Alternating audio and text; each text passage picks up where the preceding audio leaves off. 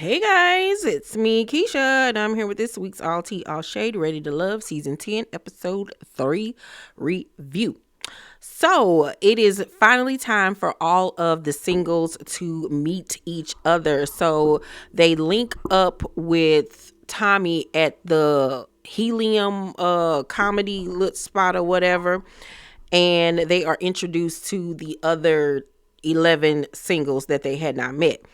So Angie, however, makes it known right off rip that Wayne didn't call her all weekend after she'd given him her number. And I was like, girl, why did you even bring that up and then bring that up in front of everybody? You look real pressed, okay? If I gave him my number and he didn't reach out to me, he don't like me. Therefore, I'm gonna act like you don't even exist. Period. Okay. I'm never gonna bring that up. And especially not bring it up in front of a room full of people. Like, no. So she messed up right there. And I hated that she did that. And he up here, yeah, making excuses and all of this type of stuff. Time he was busy. And I was like, what? Being busy doing what? Being Michael B. Jordan's stunt double in Black Panther 2? Like, please explain to me how busy you were, sir. So Tommy lets the ladies know that it's their week to choose who is not ready to love.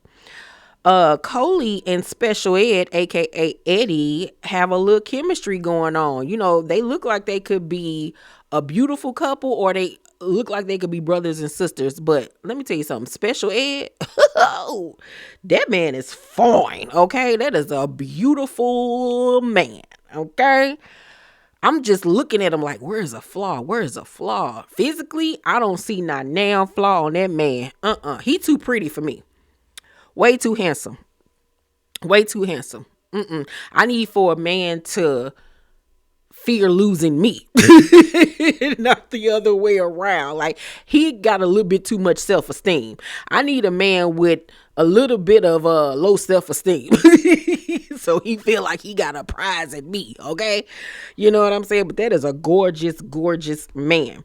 Deanna and Cisco is the big buff dude.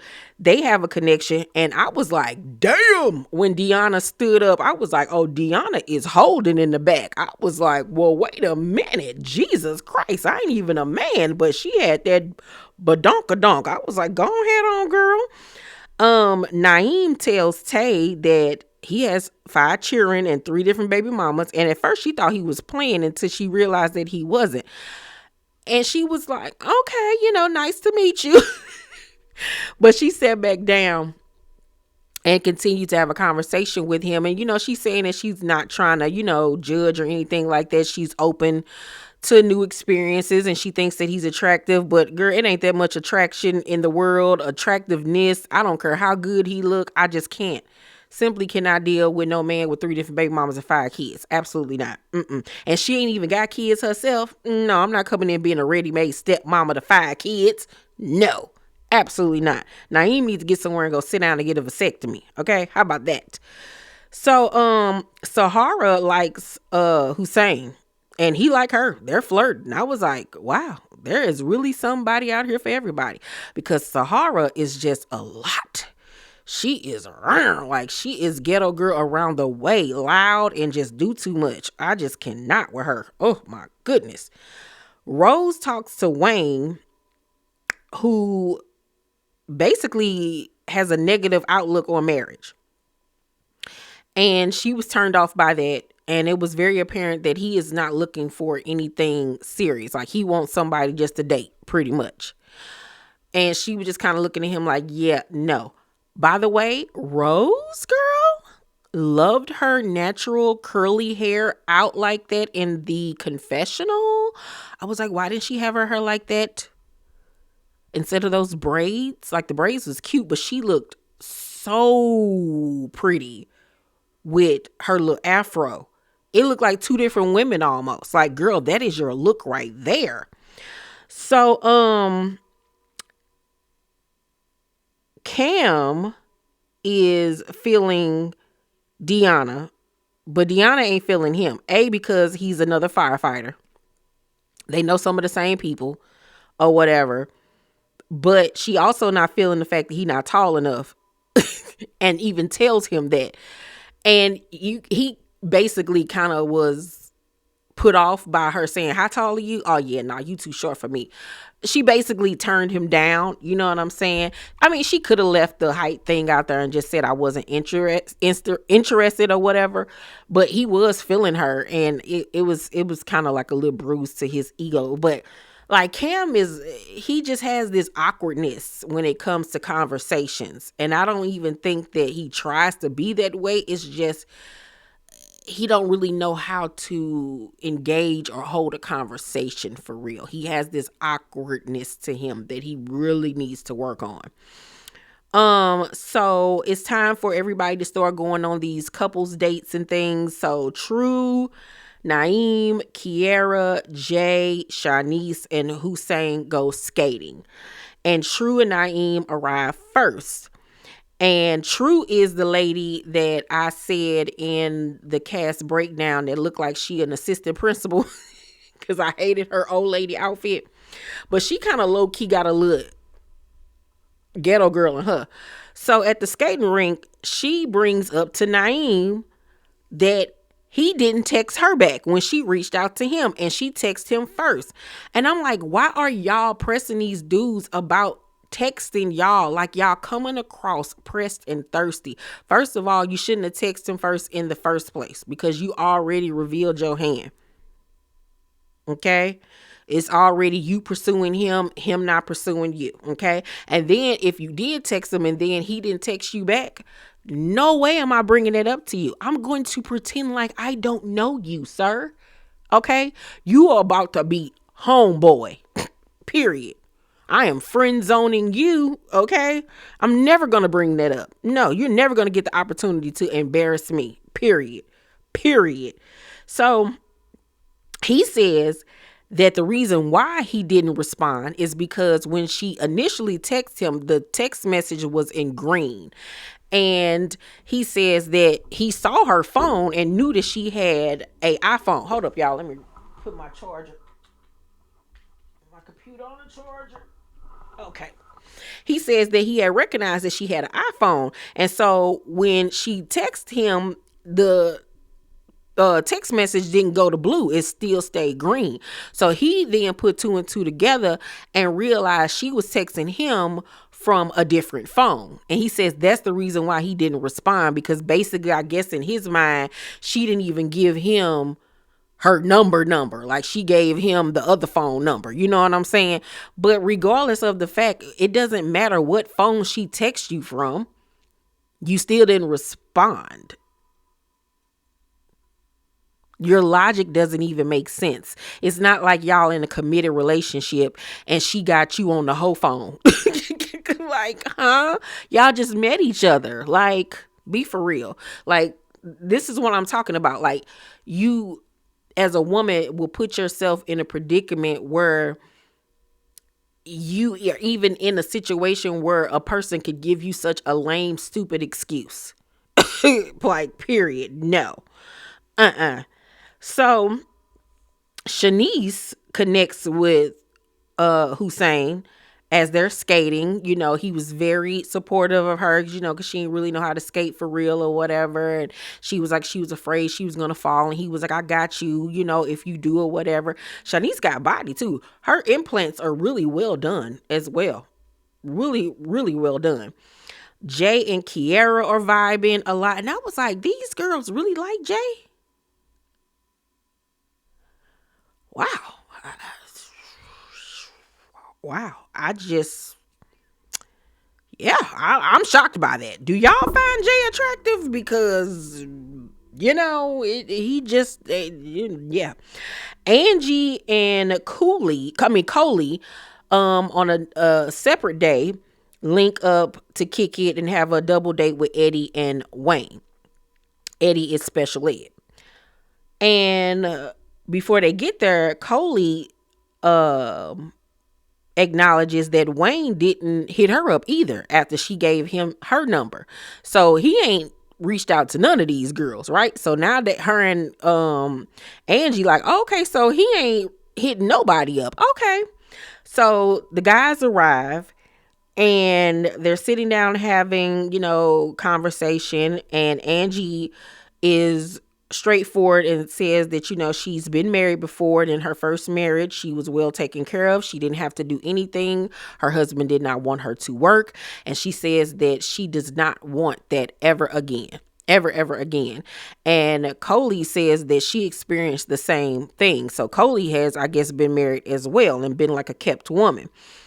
And Special Ed, says that he wants somebody that basically he can, grow with. And Wayne says that he's very loyal and he admires his little brother who's been married now for 5 years and got a kid and all this stuff.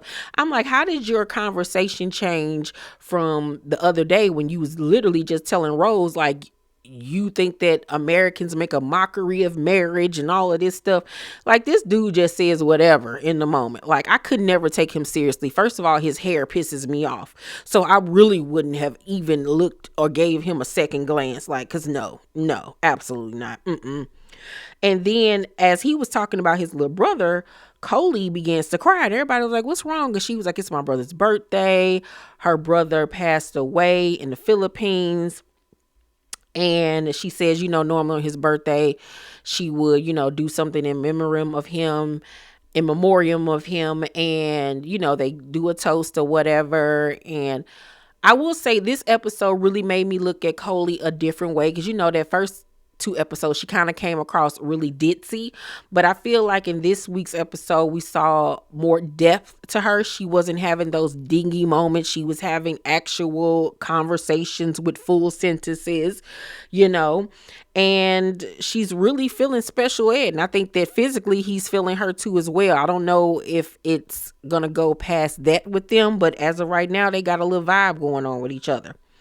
So, the date is over and Coley and Special Ed leave, but Angie asks Wayne to stay back. And I said, oh my God, girl, please don't do it. Don't do it, Bernie. Don't do it. Don't do it. But she does it.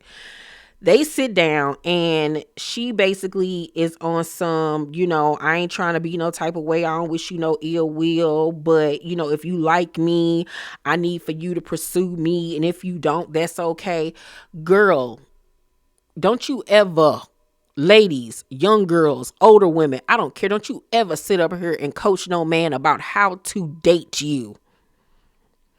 The saying is tried and true. When a man wants you, you will know. He will make it evident, okay? You don't have to say or do anything.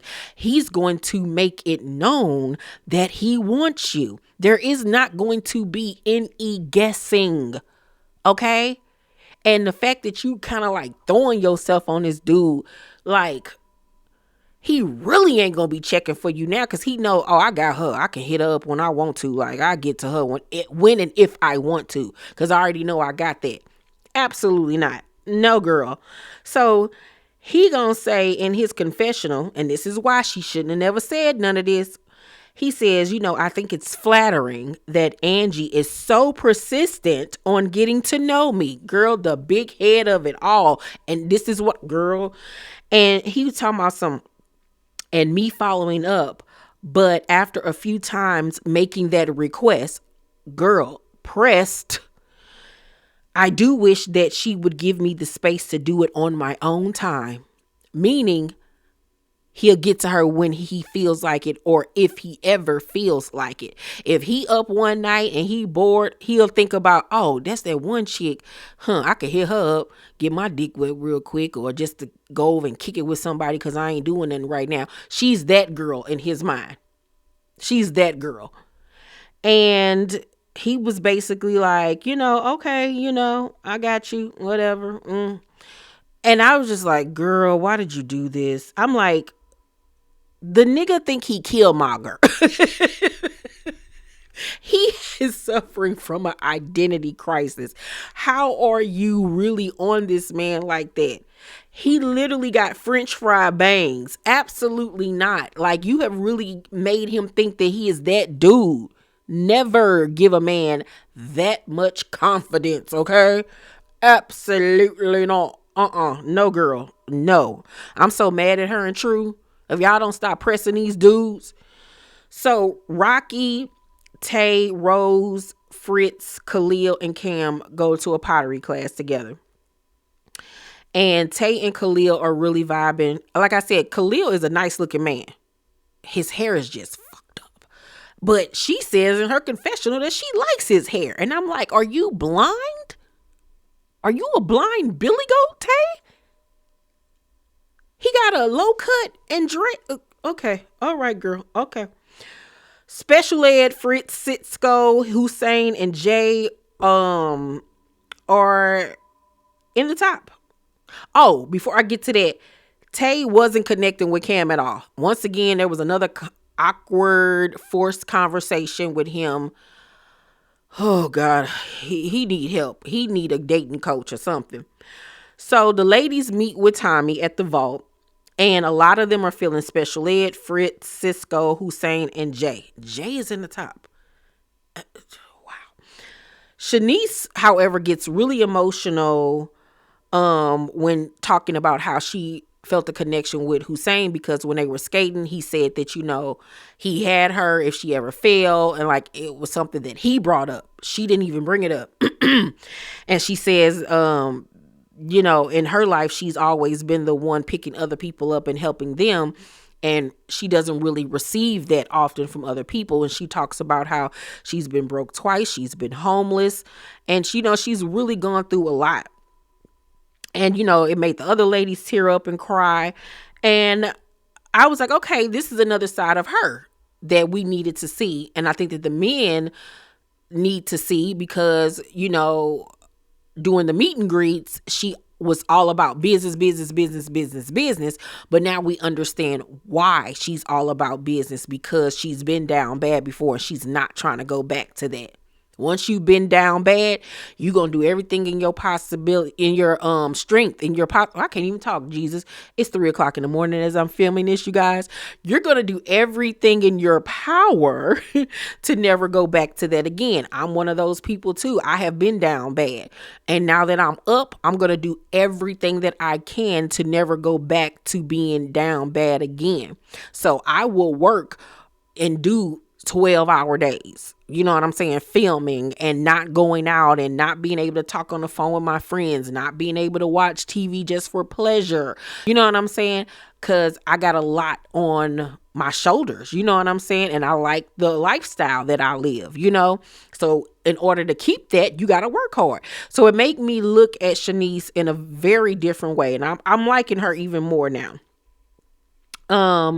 Angie says that when she texts Naeem hello, that he hit her back with the thumbs up, child.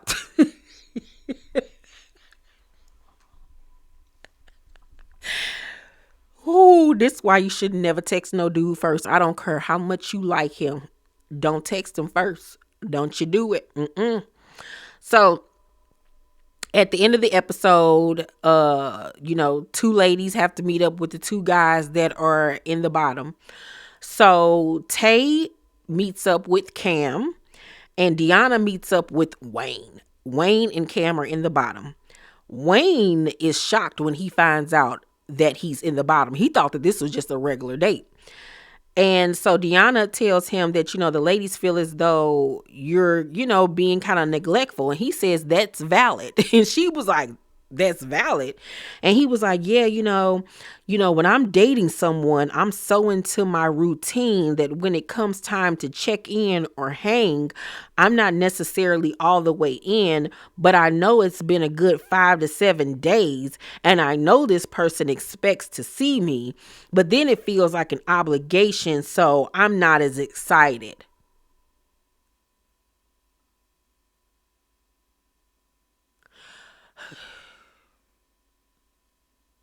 I know we on a show, But even if he wasn't the one picked to not be ready to love, I would have said, nigga, you ain't ready to love. Get the fuck out of my face. Cause like I would have made the executive decision. Time me be damned. He ain't ready to love. And I would have went back and told them that, yeah, I told him he wasn't ready to love. We getting him on up out of here. I don't care what y'all say. Okay. Because who do you think you are? Who? With that fucked up beard of yours, that fucked up hair, looking like you got goddamn me them taco french fries, Taco Bell french fries on your head. Like, sir, like he is so self-absorbed. Like, who do you think you are? No wonder you're single. Look, ugly self, funny looking ass nigga, oblong face ass nigga. Oh, potato face ass. No. She was so turned off by him. So turned off. So Tate tells Cam that the ladies want him to open up more. And, you know, he's understanding of that. And he's told that he's ready to love. And he was really relieved that he got another chance. Deanna tells Wayne that he is not ready to love. And he says, interesting. You know, I'm not here to really stroke anyone's ego, to be honest.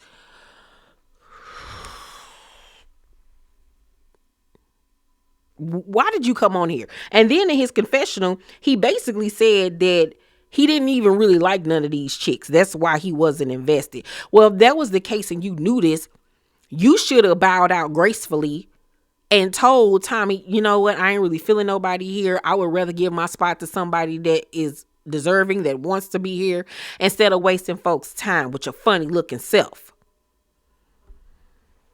Child, take your ass back to Wakanda and get lost in the bush. Ugh.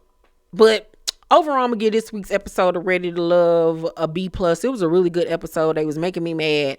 But I'm really feeling special ed. He can get it how he want it.